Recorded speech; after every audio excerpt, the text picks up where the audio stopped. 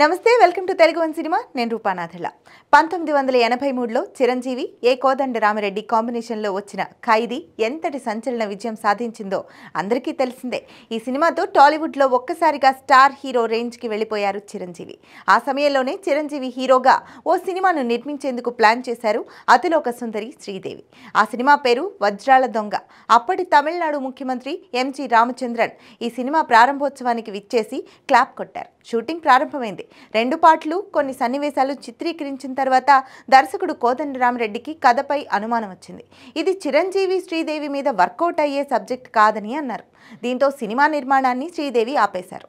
అప్పటి వరకు జరిగిన షూటింగ్కి దాదాపు ₹1,00,00,000 ఖర్చయింది. అంతకుముందు శ్రీదేవితో కలిసి మోసగాడు, రాణి కాసుల రంగమ్మ వంటి సినిమాల్లో నటించారు చిరంజీవి. అయితే ఆ సినిమాల్లో చిరంజీవి నెగిటివ్ క్యారెక్టర్స్ చేశారు. వీరిద్దరూ హీరో హీరోయిన్గా నటించిన సినిమా మధ్యలోనే ఆగిపోయింది. ఆ తర్వాత 1987లో ఈ కాంబినేషన్లో సినిమా నిర్మించేందుకు నిర్మాత టి త్రివిక్రమరావు ముందుకొచ్చారు. ఏ కోదండరామిరెడ్డి డైరెక్షన్లోనే సినిమా చేసేందుకు ప్లాన్ చేశారు. అయితే కథ సిద్ధం కాకముందే సినిమాకి కొండవీటి దొంగ అనే టైటిల్ని త్రివిక్రమరావు ఫిక్స్ చేశారు. ఆ టైటిల్కి తగ్గ కథను సిద్ధం చేయమని పరుచూరి బ్రదర్స్కి చెప్పారు. అంతకుముందు దొంగ, అడవి దొంగ వంటి సినిమాలకు పనిచేసిన పరుచూరి బ్రదర్స్కి ఇది 3వ దొంగ సినిమా. నిర్మాత చెప్పినట్టుగానే మాస్ ఎలిమెంట్స్తో కూడిన కథను సిద్ధం చేశారు. ఆ కథను చిరంజీవికి వినిపించారు. ఆయనకు నచ్చింది. ఆ తర్వాత శ్రీదేవికి నెరేట్ చేశారు. కథ విన్న శ్రీదేవి కొన్ని మార్పులు చేయాలని సూచించారు. అక్కడితో ఆగకుండా టైటిల్ కొండవీటి దొంగ కాదని, తన పాత్ర పేరు కూడా టైటిల్లో ఉండాలని డిమాండ్ చేశారు. ఇదే విషయాన్ని చిరంజీవికి త్రివిక్రమరావుకు చెప్పారు పరుచూరి బ్రదర్స్. కథలో మార్పులు చేయాలని చెప్పడం, టైటిల్లో తన పాత్ర పేరు కూడా ఉండాలని పట్టుపట్టడం వారికి నచ్చలేదు. దాంతో ఆ కథను పక్కన పెట్టి మరో కొత్త కాన్సెప్ట్తో కథను సిద్ధం చేయమని పరుచూరి బ్రదర్స్కి చెప్పారు. వారు చెప్పినట్టుగానే కథను రెడీ చేశారు. ఇది పూర్తిగా మాస్ కథలా ఉందని, దానికి కాస్త క్లాస్ టచ్ కూడా ఉంటే బాగుంటుందని నిర్మాత, హీరో భావించారు. అప్పుడు యండమూరి వీరేంద్రనాథ్ని రంగంలోకి దించారు. పరుచూరి గోపాలకృష్ణ మాస్ ఎలిమెంట్స్ పై దృష్టి పెట్టగా పరుచూరి వెంకటేశ్వరరావు, యండమూరి వీరేంద్రనాథ్ క్లాస్ అంశాలను జోడించారు. అలా కథలో కొత్తదనం తీసుకొచ్చేందుకు ప్రయత్నించారు. అయితే ఈ కథలో 2 హీరోయిన్లు ఉంటారు. అది కూడా అక్కా చెల్లెళ్ళు. ఒకరు పోలీస్ ఆఫీసర్, మరొకరు డాక్టర్. ఆ క్యారెక్టర్ల కోసం విజయశాంతి, రాధలను ఎంపిక చేశారు. ఈ చిత్రాన్ని చాలా రిచ్గా నిర్మించాలని నిర్మాత త్రివిక్రమరావు అనుకున్నారు. అందుకే 70mm 6 ట్రాక్ స్టీరియోఫోనిక్ సౌండ్తో సినిమాను నిర్మించనున్నట్లు ప్రకటించారు. ఈ సినిమా షూటింగ్ దాదాపు సంవత్సరం పాటు జరిగింది. 2 కోట్ల బడ్జెట్తో ఈ చిత్రాన్ని నిర్మించారు. అప్పటి వరకు చిరంజీవి సినిమాల్లో హైయెస్ట్ బడ్జెట్తో నిర్మించిన సినిమా ఇదే.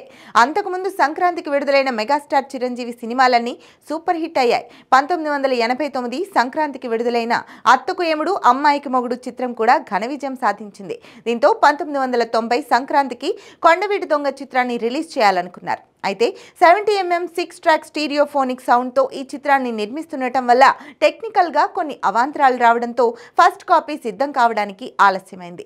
అందుకే మార్చి 9న విడుదల చేశారు. ఈ సినిమా విడుదలైన 2 నెలల తర్వాత జగదేక వీరుడు, అతిలోక సుందరి మే 9న రిలీజ్ అయింది. కొన్ని సినిమాలు విడుదలైన రోజు మొదటి షో నుంచే సూపర్ హిట్ టాక్ తెచ్చుకుని దూసుకుపోతాయి. మరికొన్ని మొదట డివైడ్ టాక్ వచ్చినా ఆ తర్వాత మౌత్ పబ్లిసిటీతో పుంజుకుంటాయి. కానీ కొండవీటి దొంగకు అలా జరగలేదు. మొదటి షోకే నెగిటివ్ టాక్ వచ్చేసింది. దానికి కారణం ఈ సినిమా పోస్ట్ ప్రొడక్షన్లో ఉన్నప్పుడు నెల్లూరు నుంచి వచ్చిన ఓ డిస్ట్రిబ్యూటర్ ఆ ఏరియాకు ఈ సినిమా డిస్ట్రిబ్యూట్ చేసేందుకు అగ్రిమెంట్ చేసుకున్నాడు. ఆ తర్వాత కొన్ని రోజులకు మళ్ళీ వచ్చిన అతను తన అగ్రిమెంట్స్ను క్యాన్సిల్ చేసుకున్నాడు. అంతేకాకుండా సినిమా కొనొద్దని మిగతా బయర్లకు చెప్పాడు. దాంతో సినిమా బాగాలేదనే న్యూస్ ట్రేడ్లో స్పీడ్ అయిపోయింది.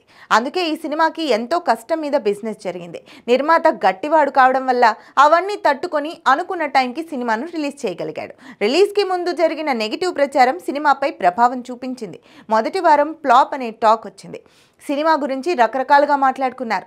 అయినా వాటన్నింటినీ తట్టుకొని సినిమా సూపర్ హిట్ అయింది.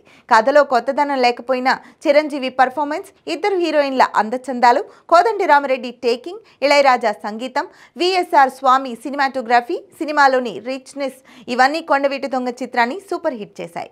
మొదటి వారం 74 లక్షలకు పైగా షేర్ సాధించింది. ఆ తర్వాత లాంగ్ రన్లో కూడా మంచి కలెక్షన్స్ రాబట్టి అప్పటి వరకు చిరంజీవి నటించిన సినిమాల్లో అత్యధిక వసూళ్లు రాబట్టిన సినిమాగా కొండవీటి దొంగ సంచలనం సృష్టించింది. ఈ చిత్రం శతదినోత్సవాన్ని మద్రాసులోని తాజ్ హోటల్లో నిర్వహించారు. ఈ కార్యక్రమానికి దర్శకరత్న దాసరి నారాయణరావు ముఖ్య అతిథిగా హాజరయ్యారు.